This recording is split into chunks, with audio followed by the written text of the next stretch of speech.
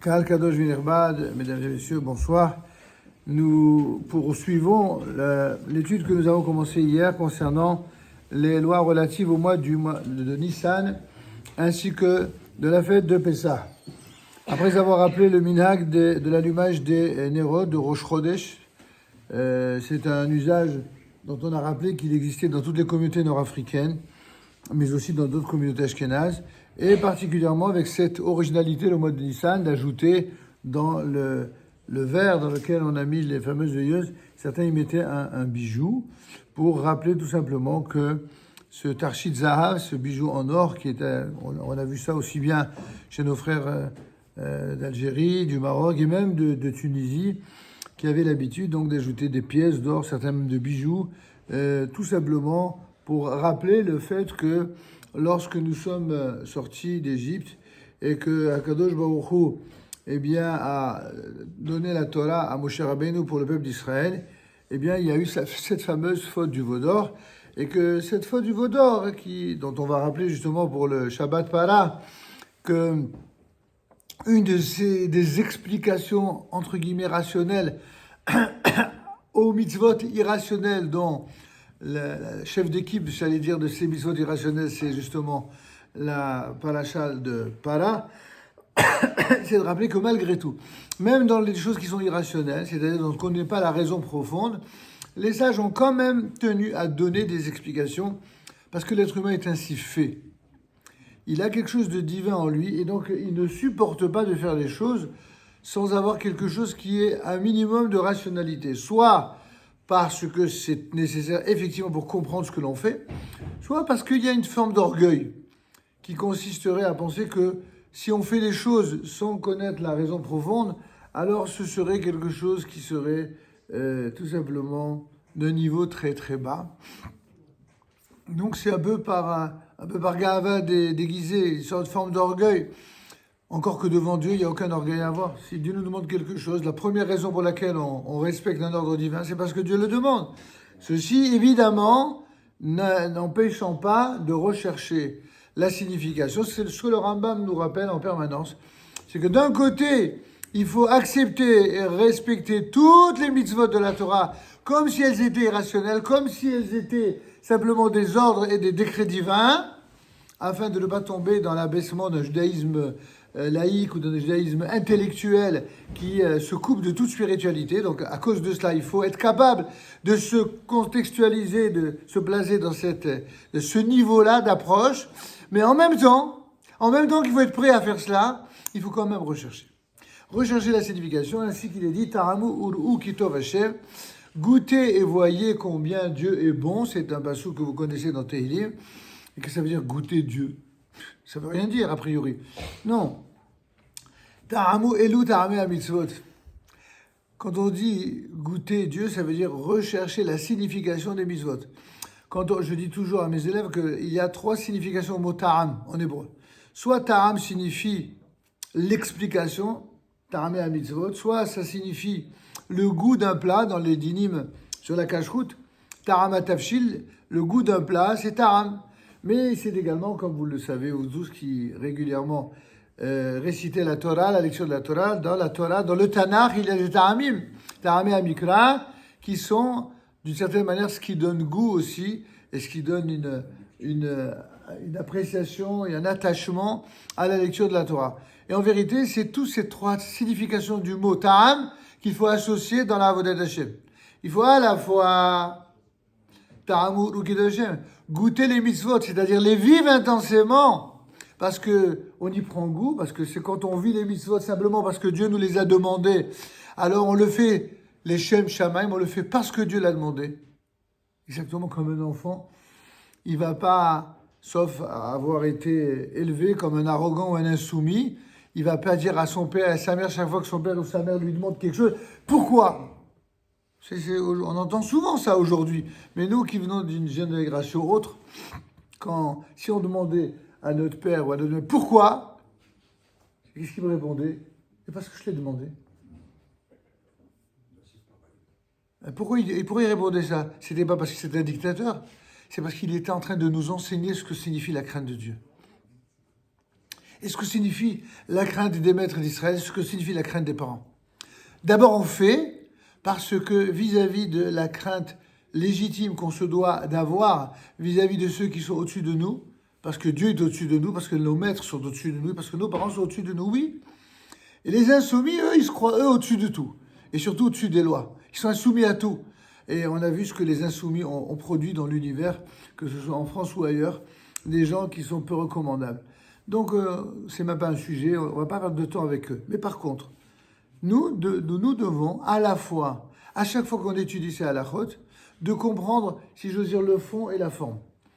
Le fond, ça veut dire pourquoi effectivement la mitzvah nous a été donnée. Parfois c'est explicite, c'est marqué noir sur blanc dans la Torah. D'autres fois c'est dans les commentaires rabbiniques. Des fois c'est même dans les livres dont la particularité c'est de rechercher le sens des mitzvot. Par exemple le Sefer HaChinuch de Rabbi Aharon Halevi de Tolède, le fameux Sefer HaChinuch, ou alors le Sefer HaMitzvot du Rambam ou du Ramban, ou même le livre des mitzvot un peu plus récent du Mishnah Berurah, du Chavetz Chaim. Et il y en a un qui est moins connu, mais pourtant qui est plus ancien, c'est le livre de l'explication des mitzvot de l'auteur des Azharot, Rabbi Saadia Gaon. Rabbi Saadia Gaon a fait un commentaire et une explication monumentale des mitzvot de la Torah. Ils en ont sorti une nouvelle édition il y a peu d'années, c'est je crois sur 18 ou 20 volumes, l'Irénara, c'est impressionnant. Et il a fait quelque chose de remarquable. Et donc on voit que les rabbinim de tout temps ont recherché la signification des mitzvot à travers ce qui est d'abord écrit, encore une fois, dans la loi écrite, puis ce qui est rapporté dans les propos de la loi orale, et enfin ce qui a été vécu, intériorisé, partagé en termes d'expérience par tous les juifs du monde entier selon leur sensibilité propre, selon leur géolocalisation, comme on dirait aujourd'hui.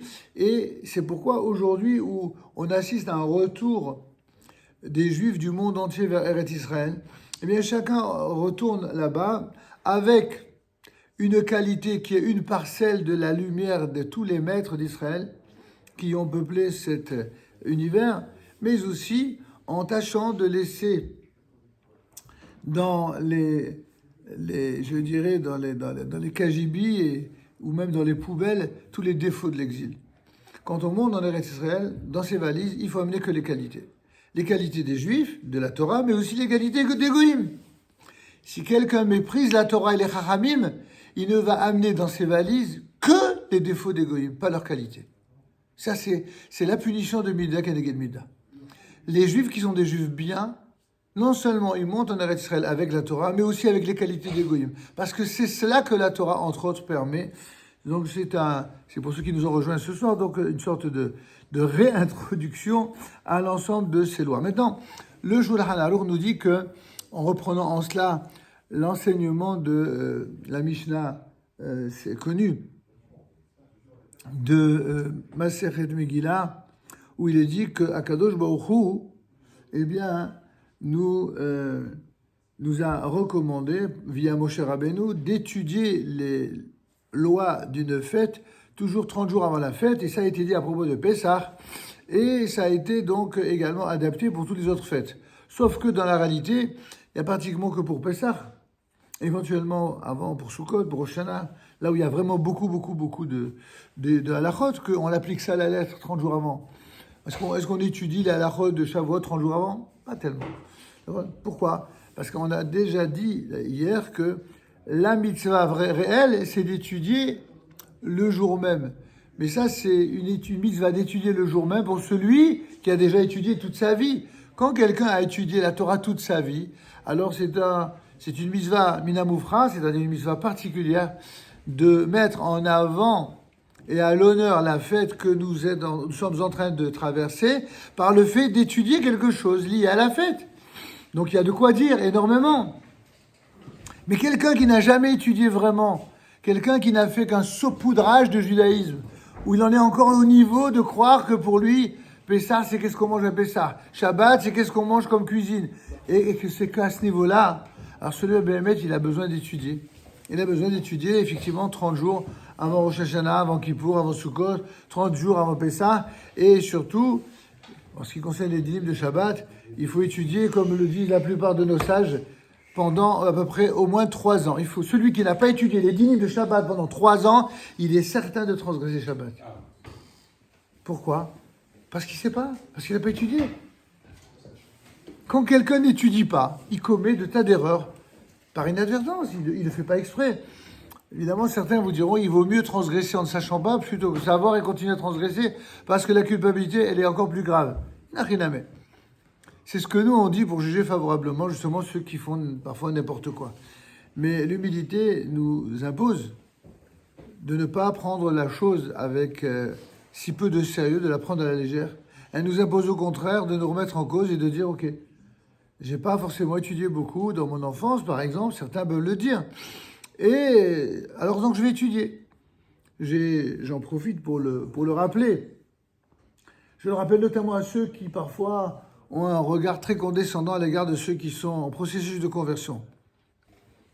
Je mets au défi les 90%, et je suis très généreux. Normalement, je pense que c'est plus que 90%. Les 90% de toutes les synagogues classiques de connaître les dynimes de Shabbat comme le connaissent ceux qui sont en conversion. Pourquoi? Parce que ceux qui sont en conversion, ils étudient.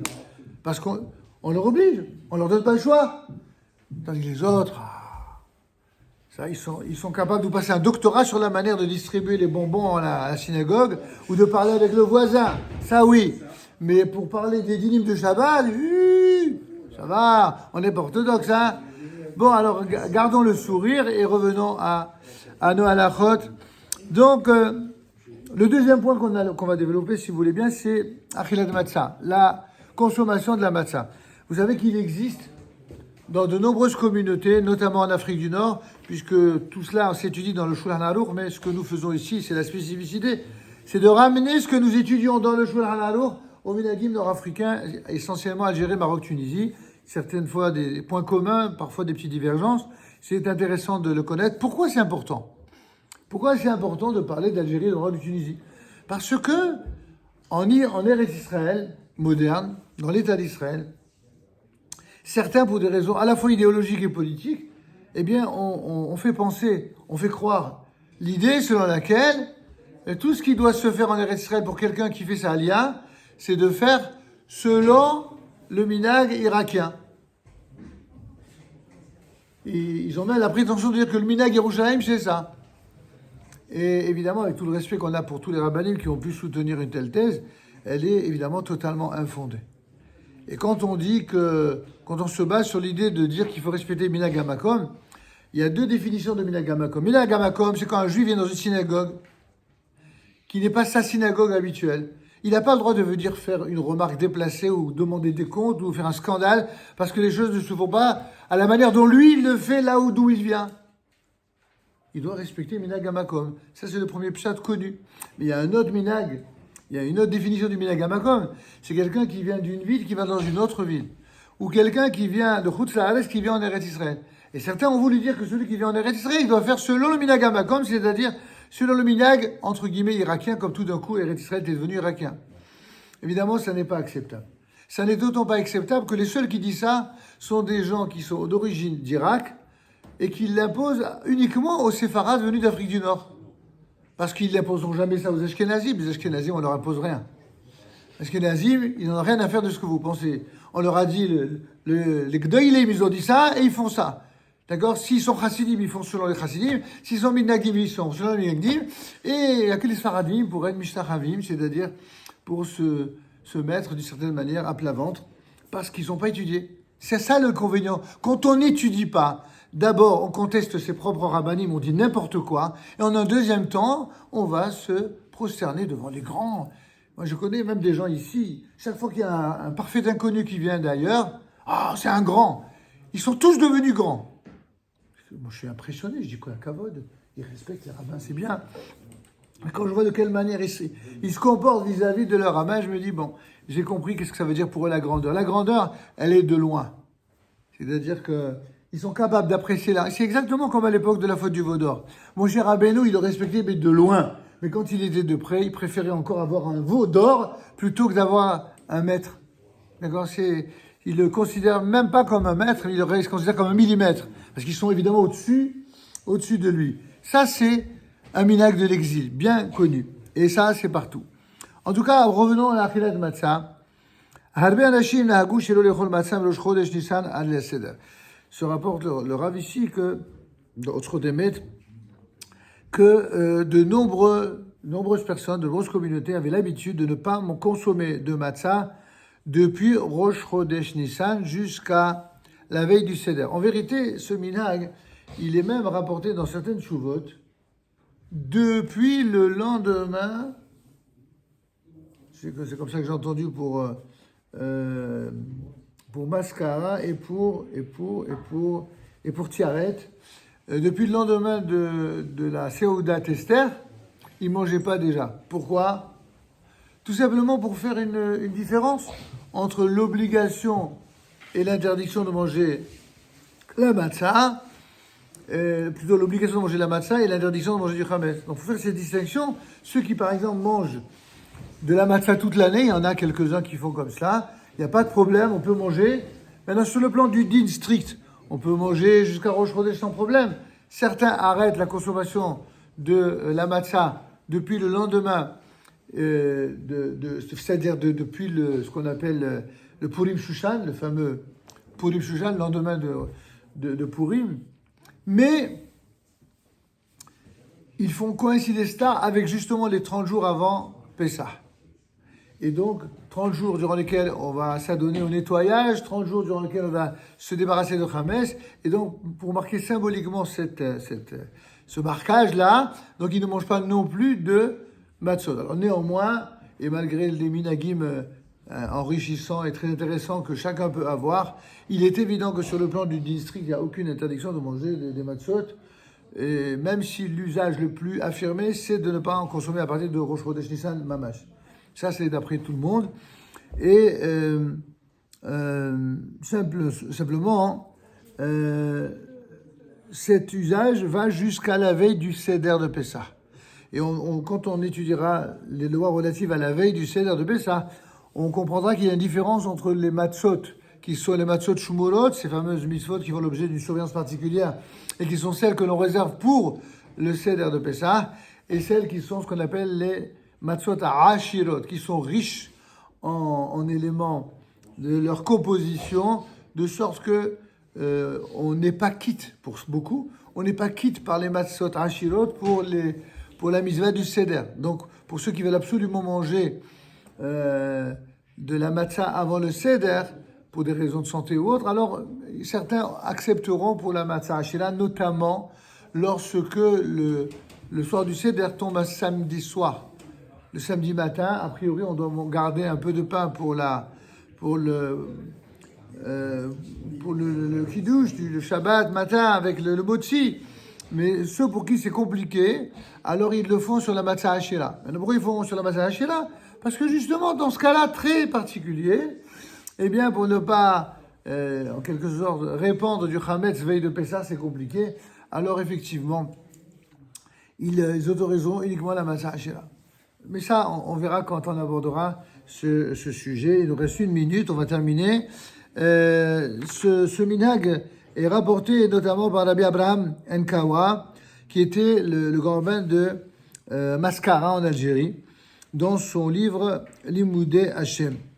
Et il ajoute la raison, il dit Hatam, c'est